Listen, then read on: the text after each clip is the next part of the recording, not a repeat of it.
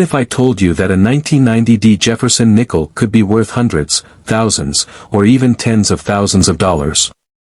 It sounds too good to be true, but in the world of rare coins, it absolutely is. You may have one of these nickels sitting in your pocket right now, and it could change your financial future in ways you never imagined.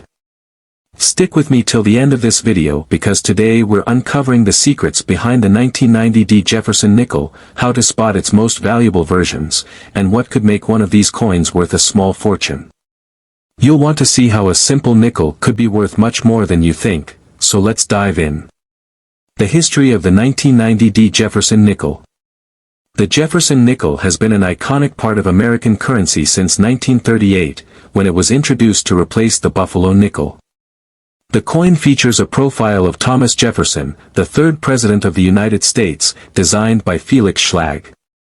The reverse side features Jefferson's home, Monticello, which has become an emblematic symbol of American heritage. Understanding the 1990 Jefferson nickel variations. While the 1990 nickel is part of the regular coinage produced for circulation, there are certain rarities and variations that set certain coins apart from the rest, driving their value up into the hundreds or thousands of dollars. Let's break down the factors that influence how much a 1990 nickel can be worth. 1. Mint mark and location. The mint mark on the 1990 nickel indicates that it was minted in Denver. The D mint mark is one of the 3 mint locations used to produce coins in the United States, and although Denver is one of the larger minting facilities, coins produced here are still often rarer compared to those from Philadelphia, which doesn't use a mint mark. Coins that are minted in Denver tend to have slightly more value than those from other locations, and in the case of the 1990 nickel, the relatively low production numbers combined with the presence of errors or exceptional quality can increase its worth.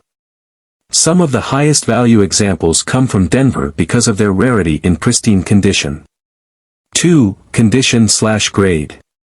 The condition of your 1990 Jefferson nickel plays a huge role in determining its value. Coin collectors and numismatists value coins that are in uncirculated condition or have minimal signs of wear. A nickel that shows little to no scratches, discoloration, or tarnish will always be more valuable than one that is worn down from years of circulation. The higher the grade, the higher the price. Grading coins is done through services like PCGS, Professional Coin Grading Service, or NGC, Numismatic Guarantee Corporation, which evaluate coins based on their appearance, detail, and quality. A 1990 nickel that is graded MS 65 or higher, mint state 65, could be worth hundreds of dollars, whereas a circulated nickel in low grade may only be worth its face value. 3. Special errors. One of the most exciting things about rare coins is that some have minting errors, mistakes made during the production process. These errors can greatly increase the value of a coin. If a 1990 Jefferson nickel has a misstruck design, such as off-center strikes, double dies, or die cracks, it could be worth far more than a standard nickel.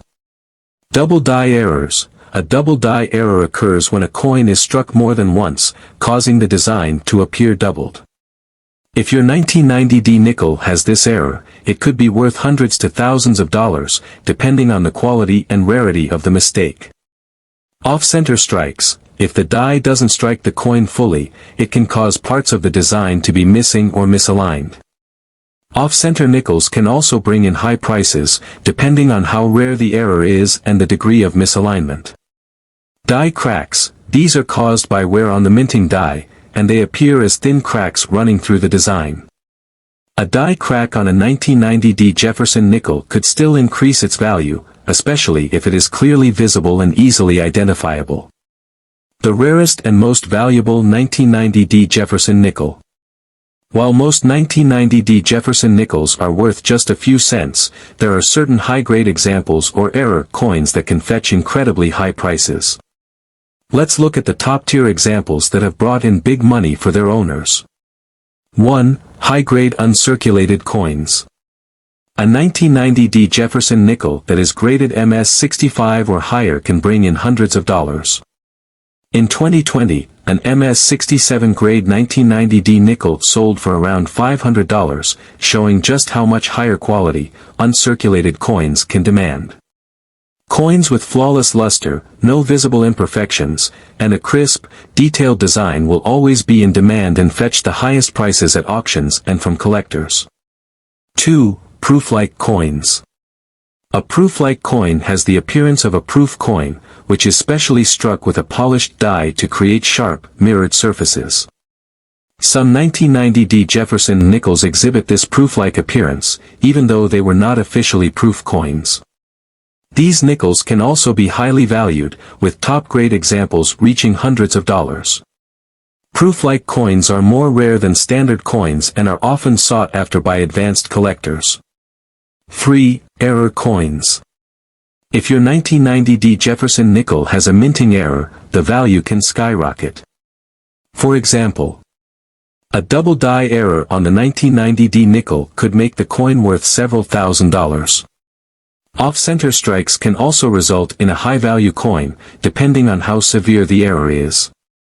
Some off-center nickels have sold for $500 to $1,000 or more, depending on the degree of misalignment. Die cracks and other error variations could add significant value to an otherwise common coin. Coin auctions and sales. Top auction houses like Heritage Auctions and Stack's Bowers have seen 1990D Jefferson nickels with the right condition or errors go for big money.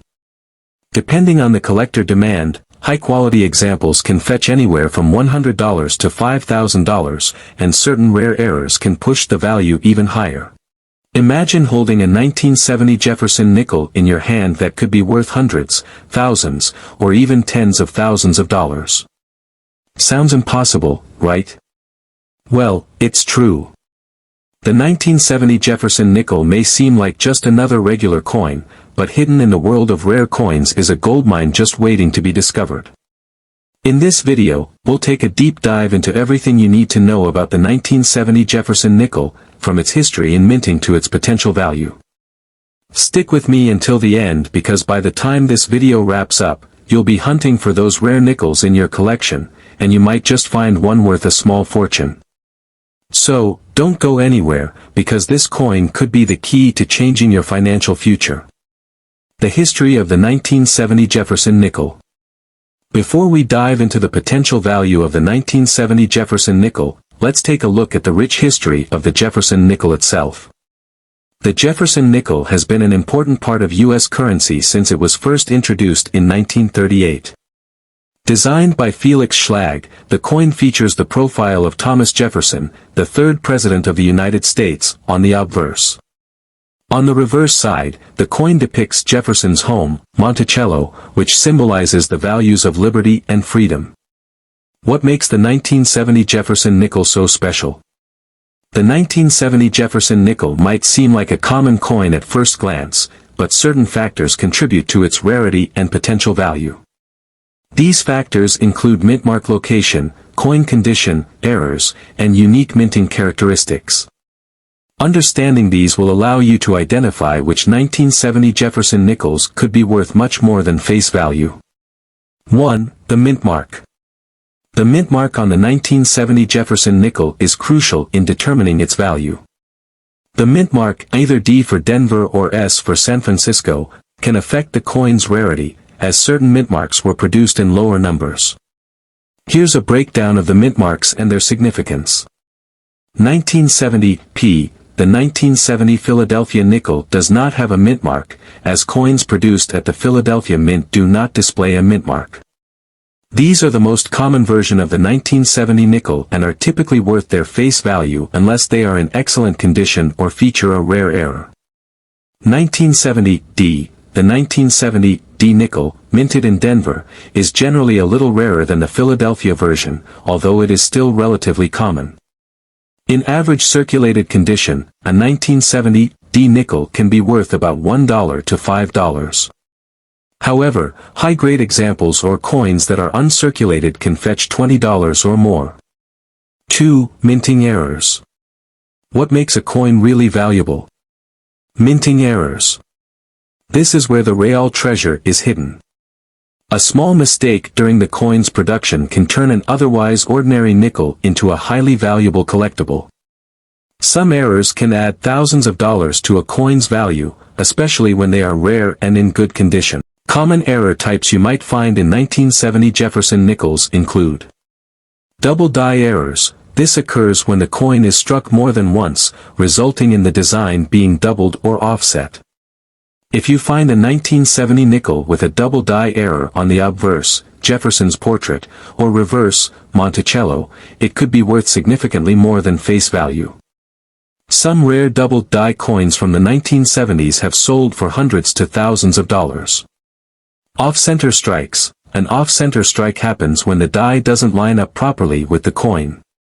This causes parts of the design to be cut off or misaligned. A 1970 nickel with an off-center strike can be worth anywhere from $50 to several $100s, depending on the degree of misalignment. 3. Proof coins.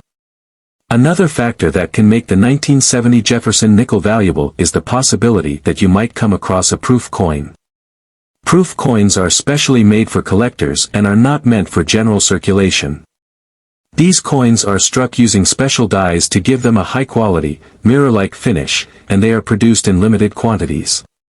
In 1970, proof sets were sold to collectors, and the 1970 proof nickel was included. These proof nickels were struck with special care and were often kept in pristine condition by collectors, making them more valuable than standard circulation coins. Depending on the condition, a 1970 proof nickel could be worth $20 to $50. Perfect proof coins could fetch $100 or more, especially if they are in a high grade, such as PR 69 or PR 70. 4. The condition of the coin. The condition or grade of your 1970 Jefferson nickel is one of the most important factors in determining its value. Coins that are well preserved, with sharp details, no scratches, and no discoloration, will always fetch more money than coins that have been heavily circulated. Uncirculated coins. If your 1970 nickel is in uncirculated condition, meaning it has never been used in circulation, it is much more valuable. A high-grade, MS65 or higher, 1970 nickel can be worth anywhere from $10 to $50, and certain exceptional examples could sell for $100 or more. Rare and valuable 1970 Jefferson nickels. Now that we've gone over the factors that can influence the value of the 1970 Jefferson nickel, let's take a look at some rare examples that have sold for top dollar in recent years. 1. 1970D nickel in MS66 or higher. An MS66 graded 1970 D Jefferson nickel can be worth $100 to $200, especially if it is an uncirculated specimen with a high-quality strike and minimal imperfections. A flawless MS67 example could push the value into the $500 plus range, depending on market demand and rarity. 1970 proof nickel. The 1970 proof nickel is a collector's dream. Proof coins are typically made in much smaller quantities than regular circulating coins, which makes them much rarer. A perfect PR 70 1970 proof nickel can sell for upwards of $200 to $500 in today's market, especially if it is preserved in a sealed holder and comes with certification from PCGS or NGC. 3. Error coins, double die and off-center strikes. Error coins are where the real money is made. If you're lucky enough to find a double die error or an off-center strike on your 1970 Jefferson nickel, you could be looking at serious cash. Some of the most valuable errors can sell for anywhere from $500 to $2,000, and in rare cases, even higher depending on the severity of the error and its rarity.